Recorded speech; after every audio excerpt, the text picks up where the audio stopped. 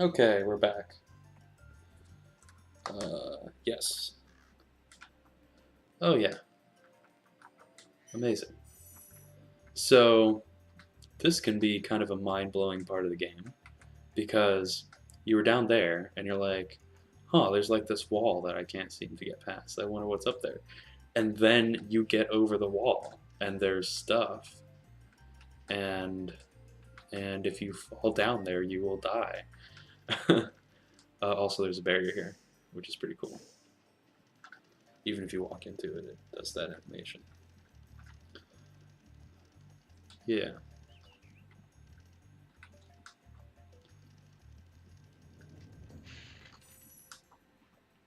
Hmm. Oh, here's this egg guy. Oh yeah, so there's another collectible in the game, which is these dragon eggs,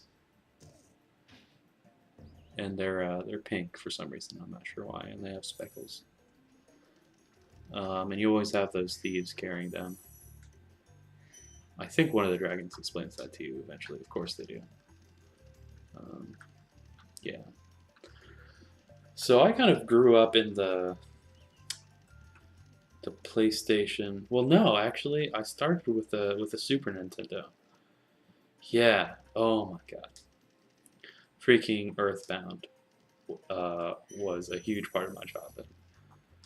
Um, and I don't think I ever personally beat the game, but I loved watching my older brother play the game. And I'm worried there's like gems out here because I almost always forget some in this area, but whatever. Oops, don't do that. Oh my goodness, Earthbound is so fantastic. And then just recently, watching, I didn't actually play Undertale. Um, I just watched. Is it Dex Bonus? Yeah, I think it is. Dex Bonus Dodger. I watched her playthrough of Undertale, and I watched Nintendo Capri Sun's playthrough of Undertale, and it just gave me so many Earthbound vibes, and I didn't even realize that it was Earthbound that I was thinking of, and then I noticed that people were like commentators like Total Biscuit were comparing it to Earthbound. And I'm like, oh, it is kind of like Earthbound because it's super zany. Um, it's silly for no good reason. Um, and it really kind of it's not just any humor either. It's like I don't even know how to characterize it, but it's a special brand of humor. And then of course the fact that it's very meta, like it sort of breaks the fourth wall, and that's where a lot of humor comes from as well. I think this area is complete, so I think there's one little room down here that I need to go in that has a bunch of treasure. Um, but yeah, I grew up in the at the start of the Super Nintendo. A friend of mine had a regular Nintendo, but I never. Oh my goodness, that's so sweet to get all those in a row. But I never had much interest playing the regular Nintendo because all the games were kind of like low def compared to the Super Nintendo. I don't know what was wrong with me.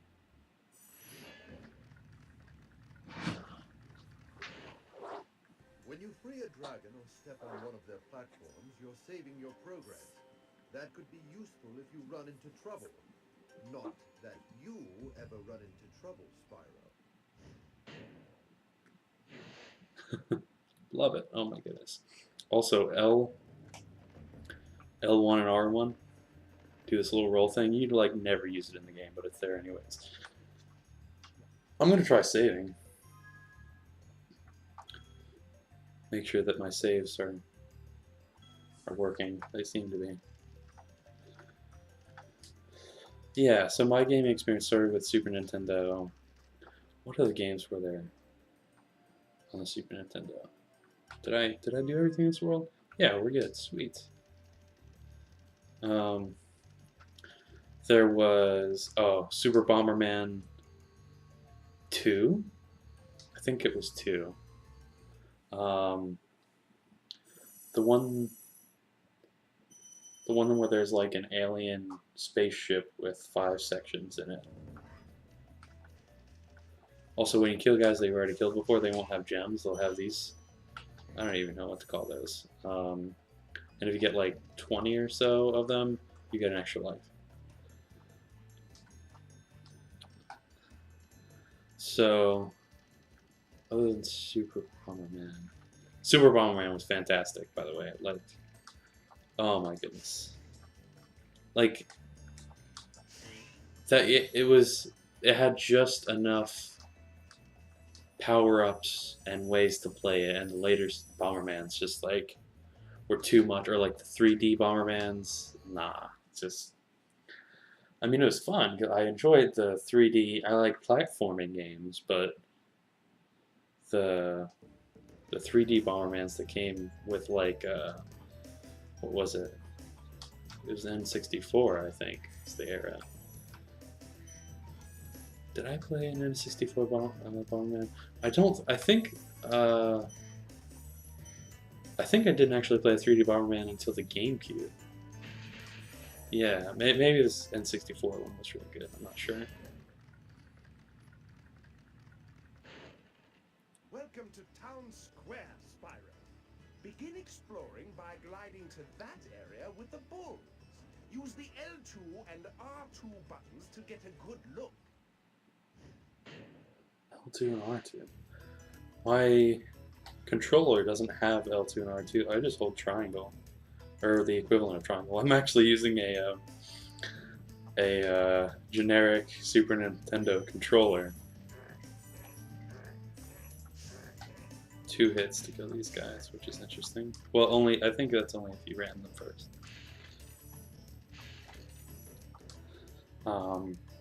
Yeah, the generic, the D-pad on the Super Nintendo also, like, I don't think has ever been beaten by anything. I mean, maybe the PlayStation 1 and PlayStation 2 D-pads were also pretty good. But oh my god, every other D-pad after that, I'm not familiar with PlayStation 3 or 4 D-pads though. Maybe those are still good. But yeah, what happened with D-pad design? Thanks, Spyro. I had the worst itch on the tip of my wing. Did you know that you get your longest glides by pressing X at the very top of your jump? Yeah, you're gonna get a lot of dragons that tell you that. Press X at the top of your jump, not like at the bottom of it, but at the very top. The top of your jump. Very silly. This also is amazing. Can I hit them both? Boom. Wrecked. Oh my goodness. So yeah, Super Nintendo is pretty great. PlayStation 1. Oh my goodness, that's right. When I started, like, I realized that I could make this video series. At the same time, I'm like, you know what else would be amazing for this format? Legend of Dragoon. Yeah, I played that, and it was awesome. Oh my god, what an awesome game. Gets very hard very fast. Well, actually, no, it gets hard very slowly. But once you get far enough into it, it kind of gets ridiculous.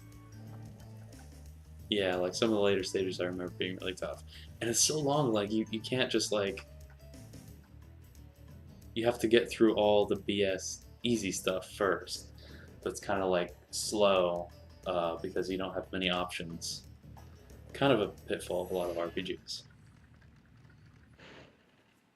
Spyro, did you see a man dressed in blue running around here? He's a thief, and he's stolen a dragon egg. You've got to track him down and get that egg. Run! Run! I'm getting a little winded. Oh my god, I love this. Run! Run! Also, this was a super linear level. Hope I got everything. Oh no, I'm dropping frames. No, don't drop frames. Oh yeah, that was kind of a secret. I played this game before, so I know all about it. Boom. Oh my goodness. Normally, he is very difficult to difficult. Oh my god, very difficult to catch because yeah, it's amazing like what chasing them adds to the game because you have to be really good at maneuvering without like falling off the edge. Yeah, and you like have to jump over here. Oh my goodness, the chases. Also, don't forget these. Yeah, the chases are actually really good. Maybe in the future I should just like chase them. Love the sound effect when you blow up two things at once. Like it's actually a glitch when you play two sounds at the same time, but it's still amazing. But yeah, maybe in the future I should just chase them and not like own them with flames instantly. 10. Yeah, different color gems gives you, and that's just like magic right there. Did you see that? It flung up and hit one of the boxes. God, love this game. What do you have to say? I think I just got all the gems too. Thank you for releasing me. Okay. Why is your voice so weird? Uh, Boom, owned another level. Alright. What was I saying? Oh yeah, the different color gems. Oh my goodness. So, I want to make video games when I grow up. Um, and I have a little bit of experience making video games. And a lot of experience programming. But it's kind of hard to just... Yeah, I guess I don't have any experience with like platforms that make making games simple. I've used a bit of like Game Maker before, and recently I started thinking about it again too. Since Undertale was made in Game Maker, if you can believe that. Oh my god, it's freaking amazing. Um, Obviously, like the pro version, and maybe they've made some updates since I last used it. But anyways, the reason I brought this up is yeah, the different colors of gems. When I was a kid, I got like I found it really interesting the fact that there's different grades of gems and just like the feeling that you get when you find a really awesome gem. Like the red ones feel like plain and not very exciting, but when you find a super epic, like just pooped out a gem, that's great. When you find a super epic, there's one gem that's worth 25. It's such an amazing feeling. Oh, it's you. I wasn't sure if you'd escape those annoying little creatures. Of course, they wouldn't bother me, but here's a hint. Metal armor is fireproof, but a charge attack will take care of them. Let me check the recording time. Oh, we're good. Yeah, so I like the idea of making video games, and I've always wanted to make video games. And so as a kid, I was so inspired by simply the fact that there's different grades of gem, and they're hidden all over the place. I wanted to make a game that had... Is there any purpose to lighting these up? I actually think there is. I wanted to make a game that had like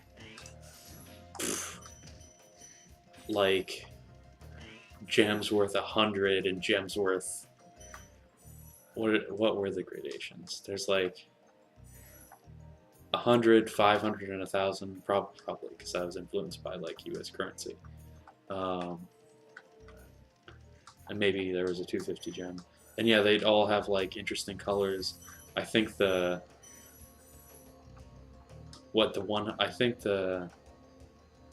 it the 1,000 gem or was it just the 100 gem? I think the 100 gem in my little designs was black. Big enemies like this Gnorc with the club cannot be charged, but a quick flame, that should defeat them. A quick flame, that should defeat them. Hilarious. What are these accents? He's wielding a meat club, like a haunch of meat. It's ridiculous. So yeah, I had like black gems and there's already a blue gem. I think I messed around with the shapes too, because in later Spyro games they have different shapes. I think even in this thing, do they have different shapes in this? Is that really a different? No, they're really the same shape. Yeah, in later games they have different shapes for the different grades of gem. God, why can't I remember any of the other? Well, it's only been like 10 years, 10, 15 years plus. And I think there was a white gem too, I'm sure. This guy's interesting. You can only flame him from behind because the metal makes it so you can't flame him from the front. Just like lights up, turns red a little bit. Oh, he doesn't even... Oh, you're nice. Doesn't even hurt you. Yeah, I never got into like 3D design though, because I wasn't that good at drawing, and I didn't understand like level design is a pretty high level concept for a kid. I don't know. Even now, like I don't grasp level design stuff. Do they even like do they even have school for that? Oh, I just can't even. Because the level design in this game, I think, is great. Horsewood. Spyro, want to know a secret? Use the triangle button when you want to zoom in and look around. Oh, your secret's safe with me.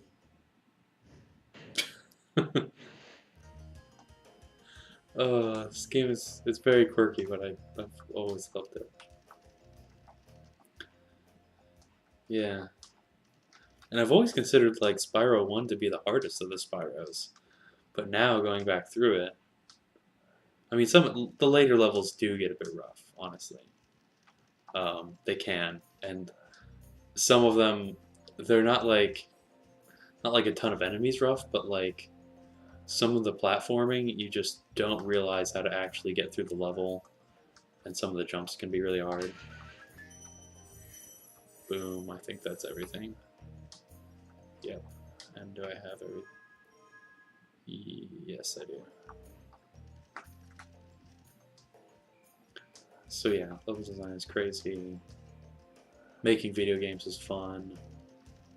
I think it's time to end the recording. It's been long enough.